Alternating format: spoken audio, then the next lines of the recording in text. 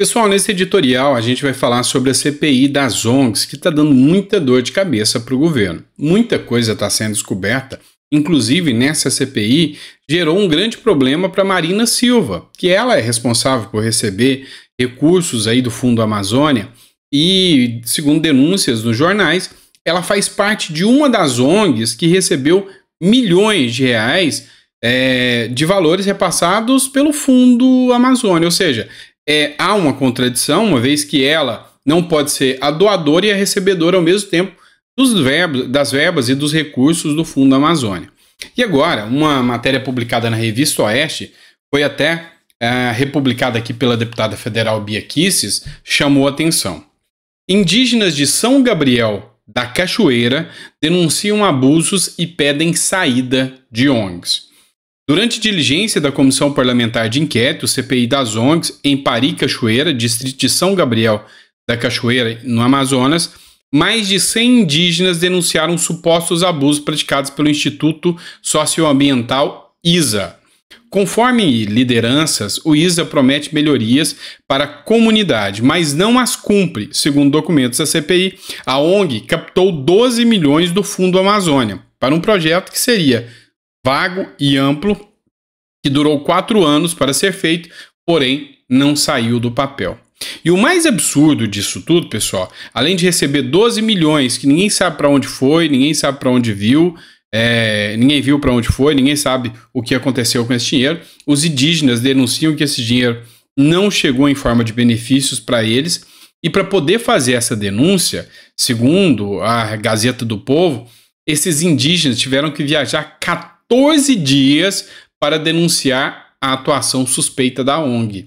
Eles viajaram de Rio, de canoa, durante 14 dias dentro do Rio Amazonas para chegar até São Gabriel da Cachoeira para poder fazer a denúncia. Então eles tiveram que rodar, souberam que ia ter essa diligência. A CPI das ONGs foi lá no meio da Amazônia para descobrir irregularidades. E os indígenas, que sabiam que a CPI estaria lá, tiveram que andar 14 dias para poder chegar lá e fazer as denúncias. E aí me chamou a atenção alguns pontos aqui, quer ver? Nessa publicação da Bia Kicis, tem esse comentário, porque eu gosto muito de colocar os comentários, do Verde e Amarelo 21. Me lembro bem que na apuração o presidente Bolsonaro não recebeu nenhum voto de São Gabriel da Cachoeira.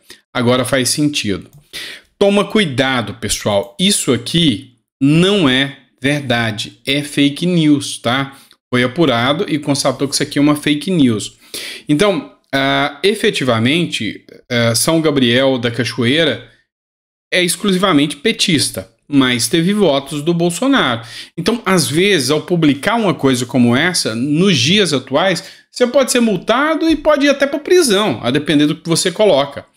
Não é verdade que Bolsonaro não teve votos em São Gabriel da Cachoeira, no Amazonas. Candidato à reeleição conseguiu, respectivamente, nos primeiro e segundo turnos, 17,52% e 19,36% dos votos da localidade. Ou seja, foi voto em peso para o Lula. Bolsonaro realmente saiu muito mal lá nessa região.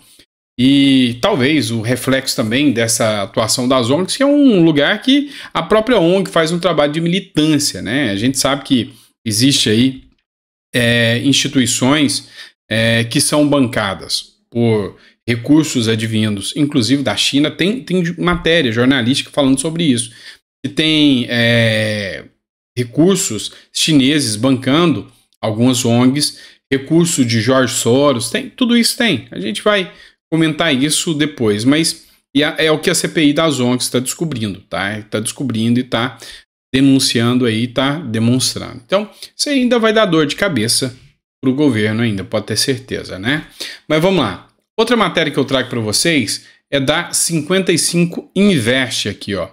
Em Cuba, Lula participará de cúpula liderada por ditadores. Engraçado que a imprensa não trata disso da forma que realmente é. Efetivamente, é um encontro de ditadores, tá? E o pessoal acha que isso é normal. O presidente Luiz Inácio Lula da Silva está programando para viajar para Cuba no dia 15 de setembro. Prepara para bancar mais uma viagem.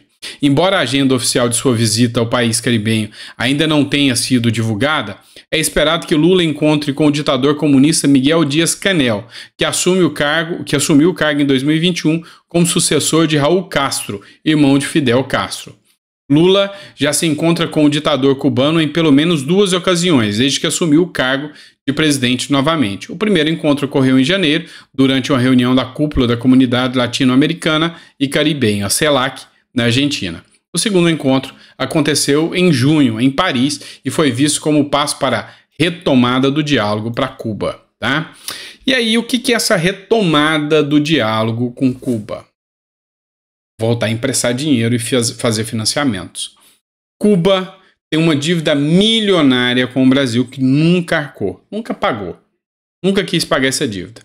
E aí o Brasil resolve dar mais tempo para Cuba pagar e vai emprestar mais. Vai ajudar o pessoal de Cuba. Eu falei isso aqui na última matéria. E aí é o trabalhador brasileiro tendo que bancar recursos para o país cubano. Segundo Lula, o país está passando por grandes dificuldades e por isso precisa da ajuda do Brasil. O trabalhador brasileiro, pagador de impostos, vai bancar ajuda para Cuba, para manter a ditadura sanguinária que existe lá. E não me venha com esse papinho de que Cuba não é ditadura, porque é. Você já viu alguém de um país democrático e sério ter que fugir num barquinho, numa jangadinha para tentar chegar do outro lado do Atlântico através de uma jangada, de um barco, arriscando sua vida para chegar nos Estados Unidos, até a Flórida? Você já viu isso acontecer? Se fosse um país democrático, seria normal, tradicional acontecer isso? Você sabe que não. Você sabe que não. Então, assim, é uma coisa muito grave que acontece em Cuba. Bora falar agora de Carla Zambelli, pessoal. Matéria da Folha de São Paulo. Zambelli nomeia como defensor advogado que pediu ação contra Moraes em corte militar. A deputada federal Carla Zambelli, do PL de São Paulo, nomeou na sexta-feira o advogado Arthur Hermógenes Sampaio Júnior para representá-la em ação tramitando contra ela na Justiça Eleitoral.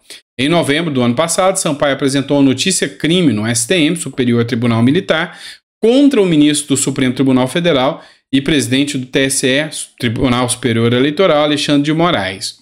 Você lembra do caso do habeas corpus, que pedia inclusive prisão do Alexandre de Moraes? Então, foi esse advogado. A Carla Zambelli está com sérios problemas, tanto dentro da justiça eleitoral quanto da justiça comum. O André Mendonça, ele votou por arquivar aquele processo da Carla Zambelli, que ela saiu andando com uma arma atrás de uma pessoa, lembra? Ele votou por arquivar, falou que ela não tem foro privilegiado, nesse caso, porque ela estava na questão pessoal dela, não estava exercendo papel de parlamentar e mandou arquivar. Também, processos do segmento lá do Código de Ética da Câmara dos Deputados também foi arquivado. Foi uma boa sorte para Carla Zambelli. Agora, entretanto, tem mais um processo que visa argumentar sobre irregularidades durante a campanha dela. Segundo o TSE, teve gastos não declarados durante a campanha da Carla Zambelli. E esses gastos não declarados podem levá-la à inelegibilidade e ela pode perder o cargo. E é aqui que mora o perigo para Carla Zambelli, tá?